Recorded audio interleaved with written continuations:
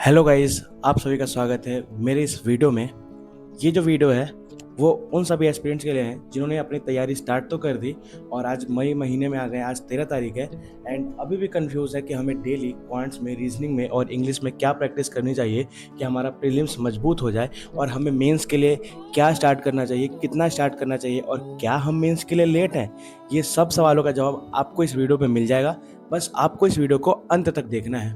उससे पहले मैं आप सभी को इंट्रोड्यूस कर दूं कि मेरा नाम हरिकेश है एंड मैं एक बैंकिंग एस्पिरेंट हूँ। आप सभी की तरह मैं भी बैंकिंग की तैयारी करता हूँ। अभी हमें लेट हो गया प्रीलिम्स के लिए, तो ऐसा बिल्कुल भी नहीं है।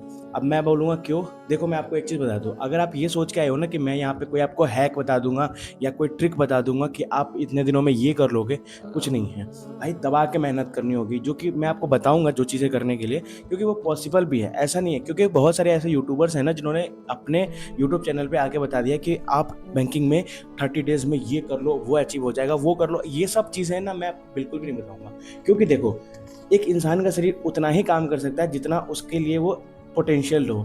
अगर उसमें उतना पोटेंशियल ही नहीं है तो आप ज़बरदस्ती नहीं करा सकते हो ना, खटवा नहीं सकते हो, क्योंकि फिर अपने अंदर आना भी तो चाहिए। आप लग गए हो मेहनत करने करने करने, डायरेक्शन सही नहीं है, गधों की तरह मेहनत कर रहे हो, वो सही बिल्कुल भी नहीं है। तो मैं आपको वही सब डायरेक्शन देने आया हूँ, बताने आया हूँ कि क्या पॉसिबल डेज हैं हमारे प्रिपरेशन जर्नी के। एंड हम अगर अभी 13 मई को यहाँ बैठे हुए हैं तो हमें और अब क्या करना चाहिए कि हमारे आने वाले एग्जाम जैसे कि SBI PO, SBI clerk, IBPS PO, IBPS clerk, RRB PO, RRB clerk और RBI ग्रेड बी ऐसे एग्जाम्स के लिए हम क्या प्रिपरेशन कर सकते हैं और कैसे प्रिपरेशन कर सकते हैं और कितना करना पड़ेगा। सबसे पहले मैं आपको बता दूं कि हार्ड टू हार्ड आप 90 डेज नहीं, 80 डेज नहीं, 75 डेज मानो, because 75 days is a very prompt time. और ऐसा 75 डेज को हम लोगों ने बना दिया है ना कि अब ना हर इंसान को 75 डेज अच्छा लगने लगा है। दैट्स वाई मैं भी 75 डेज का ही लेके आया हूँ आपके पास कंप्लीट प्लान। और वो प्लान ऐसे है कि मैं आपको बता दूँ, देखो, मैं आपको बता दूं, बैंकिंग जर्नी में ना हमें एक चीज़ तो सीखने को मिली है इतने एग्जाम देने के बाद, कि 2 सब्जेक्ट को आप बहुत अच्छे से पकड़ के चलो। तीसरा आपका थोड़ा लूज भी है ना तो चल जाएगा, लेकिन 2 सब्जेक्ट में ना आपको बहुत ही मेहनत से अच्छा अचीव करना चाहिए। मतलब उसमें आपके स्कोर कभी भी, उसमें उम्मीद ही नहीं है कि, देखो, एक सब्जेक्ट कॉम्प्रोमाइज़ हो सकता है लेकिन 2 सब्जेक्ट में कोई कॉम्प्रोमाइज़ नहीं। पूरे के पूरे आपके बनने चाहिए और बढ़िया बनने चाहिए। तो देखो, सबसे पहले तो सबसे पहले मैं आपको बता दूं, हमारा जर्नी स्टार्ट होगा प्रिपरेशन का सबसे पहले क्वांट से। अगर आप प्रिपरेशन कर रहे हो तो आपको 2 से 3 घंटे बैठ के क्वांट्स में क्या क्या करना चाहिए। तो सबसे पहले आपको पेज पे दिख रहा होगा, क्वांट्स में आपको स्पीड मैथ्स के 10 से 15 क्वेश्चन, नंबर सीरीज 5 से 10 बनाओ, क्वाड्रेटिक इक्वेशन 5 से 10 बनाओ, 5 DI बनाओ जिसमें 2 कैसलेट होना चाहिए ही चाहिए, क्योंकि कैसलेट DI आती है तो हमें अवॉइड नहीं करना है। जिस चीज़ को अवॉइड नहीं करना है उसको नहीं कर सकते। 2 कैसलेट बनाओ, 3 कोई भी DI बना सकते हो। उसके बाद 10 अर्थमेटिक के क्वेश्चन बनाओ। अब ये 10 अर्थमेटिक क्वेश्चन वो होने चाहिए जो कि पहले आपके सबसे वीक है, जो चैप्टर आपके सबसे वीक है पहले आप उनको उठाओ और उनको बनाओ। उसके बाद फिर और जो जो सब है उन सभी को कंप्लीट करो एंड 10 अर्थमेटिक के क्वेश्चन तो जरूर से जरूर बनाओ। इतना आपको पॉइंट्स में करना है।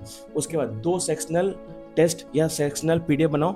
PDF बनाओ, ये टेस्ट दोगे तो टाइमर के साथ आएगा, लेकिन अगर PDF बना रहे हो तो टाइमर लगा के बनाओ, स्टॉप वॉच सामने रखो और उससे बनाओ। उसके बाद जो भी चीज़ आपके बनानी है उसके लिए आप कोई भी एप्लीकेशन का यूज़ कर सकते हो। मैं पर्टिकुलर किसी ऐप और एप्लीकेशन का नाम नहीं बताऊंगा। उसके बाद आते हैं बात इंग्लिश पे। इंग्लिश में हमें क्या करना चाहिए। इंग्लिश में आपको रीडिंग करनी है। अगर आप एडिटोरियल नहीं कर रहे हो तो आप रीडिंग 25 से 30 मिनट करो। अगर आप एडिटोरियल कर रहे हो किसी पर्टिकुलर टीचर से तो आप उनका कर सकते हो 1 घंटा एडिटोरियल बैठ के आराम से करो, उसमें भी आम निकल जाएगा और वो ज़्यादा बेनिफिटेबल भी रहेगा, क्योंकि 25 से 30 मिनट रीडिंग, सेल्फ रीडिंग थोड़ा टफ लगता है, बट आप किसी टीचर से पढ़ते हो तो वह थोड़ा ईजी हो जाता है, तो आप वो कर सकते हो। टीचर्स के नाम आपको मैंने यहाँ पे शो कर रखा है, पेज पे आप देख सकते हो। इन सभी टीचर से आप पढ़ सकते हो। मैं परफेक्ट किसी का नाम नहीं लूंगा वरना प्रमोशनल वीडियो हो जाएगी और वो प्रमोशन मेरे को करना नहीं है, क्योंकि मैं नहीं चाहता कि कोई ये बोले कि सर आप इसका नाम लेते हो आप उसका नहीं।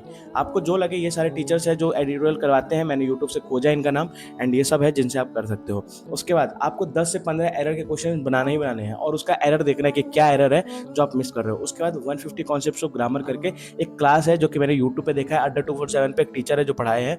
वो क्लास मेरे को काफ़ी ज़्यादा सही लगी है, तो आप एक बार उसको भी चेकआउट कर सकते हो। उसमें से 5 रूल आप डेली पढ़ो और आराम से खत्म हो जाएगा। उसके बाद एक RC और एक पैराजंबल आपको डेली बनाना है। क्यों? क्योंकि हमारे एग्जाम का वेटेज है कि हर एक एग्जाम में हमारे इंग्लिश के टेस्ट में एक RC और एक पैराजंबल तो आता ही आता है, तो हमें उसके ऊपर फोकस करना है। तो एक RC एक पैराजंबल डेली बनाना है और 2 सेक्शनल टेस्ट इसके भी देने हैं, और या तो 2 सेक्शनल पीडीएफ बनाना ही बनाना है, ये मैंडेटरी है।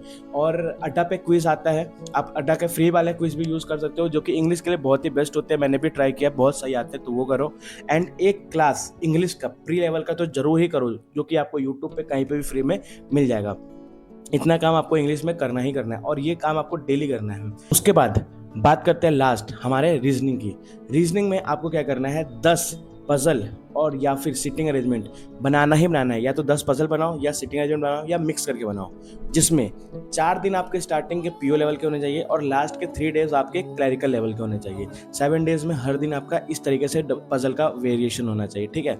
अब पजल के वेरिएशन में देखा जाए तो बहुत सारे वेराइटीज़ होते हैं, तो आप वेराइटीज़ को चेंज कर करके बना सकते हो।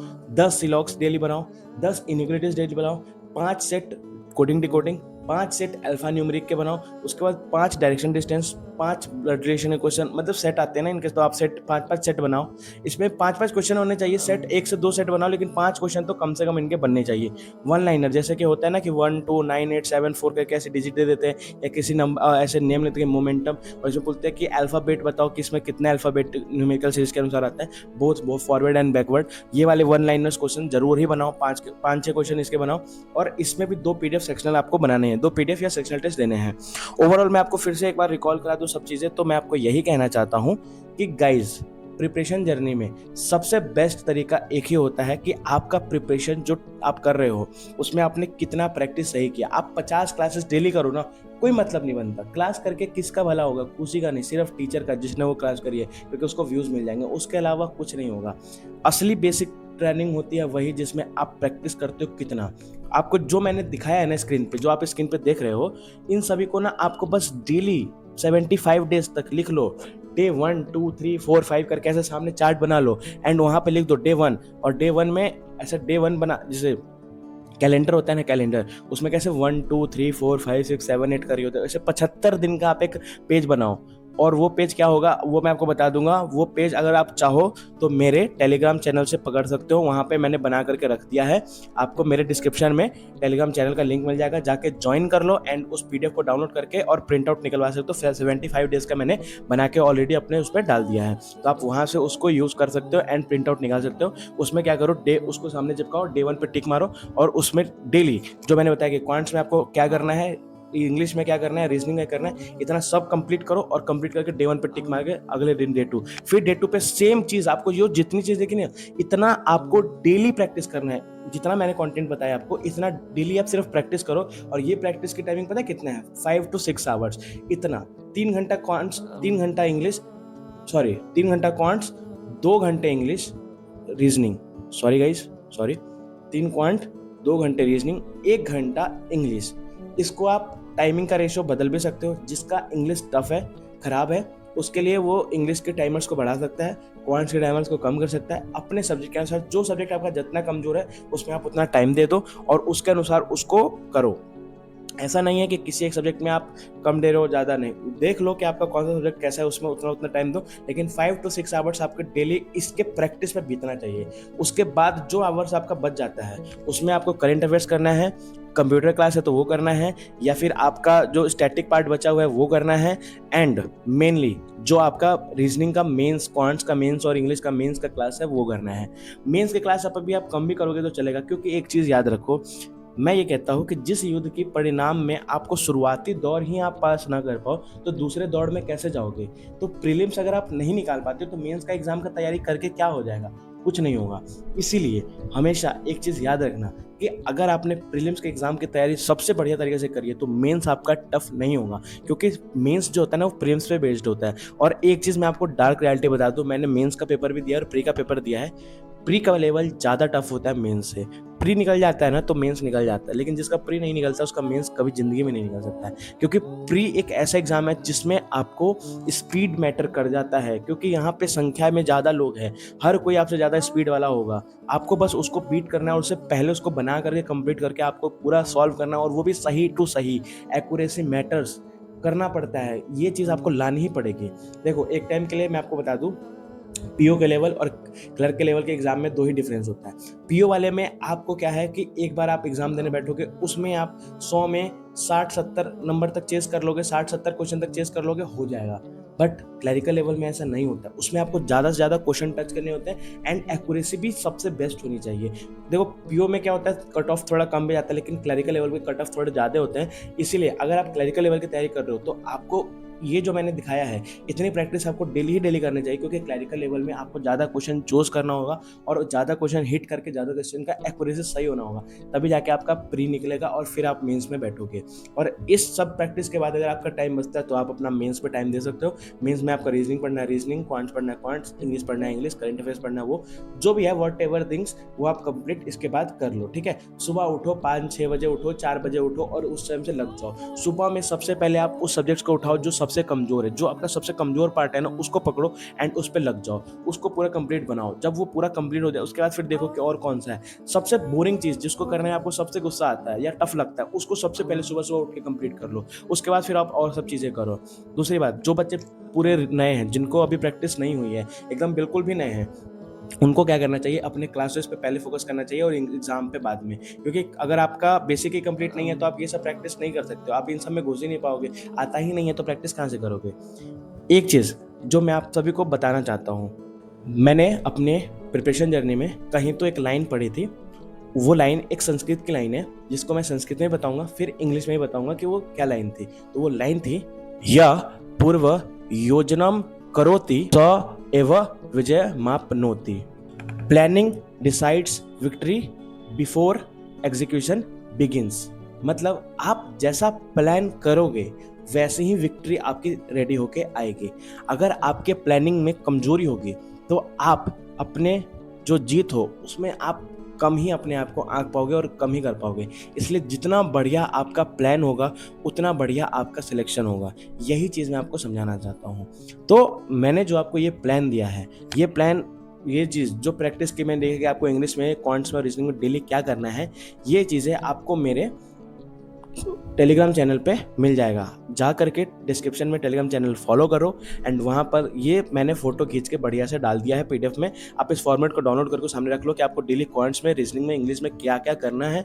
और हाँ गाइज, एक चीज़ मैं बताना भूल गया, जस्ट बताता हूँ, वो ये है कि एक मॉक टेस्ट आपको प्री लेवल का डेली देना चाहिए, जिसमें आप पीओ और क्लरिकल लेवल को देख सकते हो। जैसा आपका एग्जाम है, अगर आप पीओ के लिए तैयारी करते हो पीओ, क्लरिकल के क्लरिकल, और दोनों का कर रहे हो तो आप ऑल्टरनेटिव डेज पे दो, एक दिन पीओ दो एक दिन क्लरिकल दो। अगर जो क्लरिकल का देना चाहता है सिर्फ वो सिर्फ क्लरिकल का दो, जो पीओ का देना चाहता है वो सिर्फ पीओ का दो। लेकिन आप अगर दोनों का देना चाहते हो तो अल्टरनेटिव डेज पे, ये नहीं कि आज पीओ और आज ही क्लर्क। अगर आज पीओ दिया तो क्लरिकल दो, फिर अगले दिन पीओ फिर क्लरिकल दो, ऐसे करके दोगे ना तो आपका एक लेवल भी बिल्ड होगा। ठीक है, और मैं तो ये कहता हूँ कि अगर जिसको क्लरिकल एग्जाम की तैयारी करनी है वो एक बार पीओ का एग्जाम जरूर दे, क्योंकि पीओ के एग्जाम की जो तैयारी करता है ना, कहते हैं ना कि planning for the worst, working for the worst and you have to give the best for your life. ठीक है, तो हमेशा वर्स्ट की तैयारी करो, वर्स्ट पे काम करो, आप बेस्ट पे आ जाओगे। और एक चीज याद रखना, आप किसी भी ऐप का, जो कि जैसे टेक्स्ट बुक है, ओली बोर्ड है, गाइडली, इनके लाइव मॉक टेस्ट आते हैं, कभी उनको स्किप मत करना। अगर वो लाइव मॉक आपको आ रहा है आपके पास तो आप डेली दो। अगर डेली लाइव मॉक आ रहा है तो डेली दो, लेकिन दो। लाइव मॉक टेस्ट कभी भी स्किप नहीं करना चाहिए, क्योंकि जो लाइव मॉक टेस्ट होता है ना वो कहीं ना कहीं एक एग्जाम लेवल पे बिल्ड होता है, और वो दो, क्योंकि वो ऐप कभी कभी ही प्रोवाइड करते हैं, तो वो लाइव मॉक आपको डेली देना चाहिए। आई होप आपको समझ में आ गया होगा कि जो मैंने आपको प्लानिंग थी एंड जो मैंने आपको काम बताया कि हमें क्या क्या चीज़ें अपने प्रिपरेशन जर्नी में करना चाहिए। आई होप आपको समझ में आ गया होगा, और आपको समझ में आ गया होगा कि अब आपको क्या करना है। तो आज अगर आपने ये वीडियो देख लिया, या जिस दिन भी आप वीडियो देख रहे हो उस दिन से भी अगर आप लग जाते हो तो आराम से, हमारे पास इतना टाइम है कि आप आराम से एग्जाम क्वालिफाई कर लोगे, प्री और मेंस बोथ। ये तो मैंने प्री के लिए बता दिया, लेकिन मैं आपको इसी के बाद कुछ दिन बाद एक और वीडियो डालूंगा जिसमें मैं बताऊंगा कि मेंस के लिए हमें और क्या क्या चीज़ें करनी चाहिए, जो प्री के साथ भी आप करोगे तो आपके प्री में उसका असर नहीं होगा और आपके पास टाइम भी बचेगा और आप कर पाओगे। तो आई होप आपको आज का वीडियो समझ में आ गया होगा कि मैं आपको क्या क्या चीज़ें बताना चाहता था, और आपको सब कुछ समझ में आ गया होगा। और अगर नहीं समझ में आया तो कमेंट करना कि आपको ऐसा क्या बात है जो समझ में नहीं आया है, उसका आंसर मैं आपको कमेंट सेक्शन में जरूर दूंगा। याद से टेलीग्राम चैनल ज्वाइन कर लेना, जहाँ पे आपको ये सारे जो भी मैंने आपको बताए हैं कि क्वांट्स, रीजनिंग और इंग्लिश में आपको क्या क्या चीज़ें डेली सॉल्व करनी है, वो सब आपको मिल जाएगा। तो सबसे पहले आप टेलीग्राम चैनल इस वीडियो के जस्ट बाद जा करके ज्वाइन कर लेना, वहाँ पे आपको ये पीडीएफ मिल जाएगी। 75 हार्ड डे के लिए आपको जो कैलेंडर है वो मैंने बना के अपने टेलीग्राम पे डाल दिया है, तो वो भी वहाँ से ग्रैब कर लेना, प्रिंट आउट निकाल लेना, सामने चिपका लेना एंड स्टार्ट कर दो अभी से। अगर आपने पहले कुछ भी किया वो सब मतलब नहीं करता, आप अभी क्या कर रहे हो वो बहुत मैटर करता है। तो आप अभी से और आज से लग जाओ, इस वीडियो को देखने के बाद से लग जाओ एंड अपनी प्रिपरेशन को स्टार्ट कर दो जितना हो सके उतना, लेकिन करो करो करो, क्योंकि practice decides how you will win. अगर नहीं करते हो प्रैक्टिस तो फिर वही जो पिछले साल था वही इस साल भी है। तो प्लीज़ प्लीज़ प्लीज़ हाथ जोड़ता हूँ, कर दो प्रैक्टिस स्टार्ट और लग जाओ जो मैंने बताया है।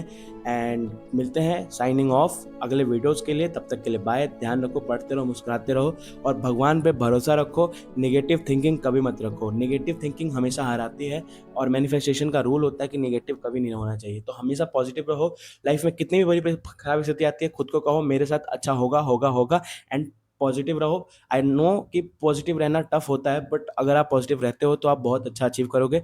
तो बहुत कुछ मैंने बोल दिया एंड मेरे को लगता है कि आपको मैं बोर भी कर रहा हूँ, तो तब तक के लिए अपना ध्यान रखो और वीडियो पसंद आए तो लाइक कर देना। बहुत ही मेहनत लगती है वीडियो बनाने में। तब तक के लिए बाय, पढ़ते रहो, मुस्कुराते रहो, बाय। मिलते हैं नेक्स्ट वीडियो में, बाय।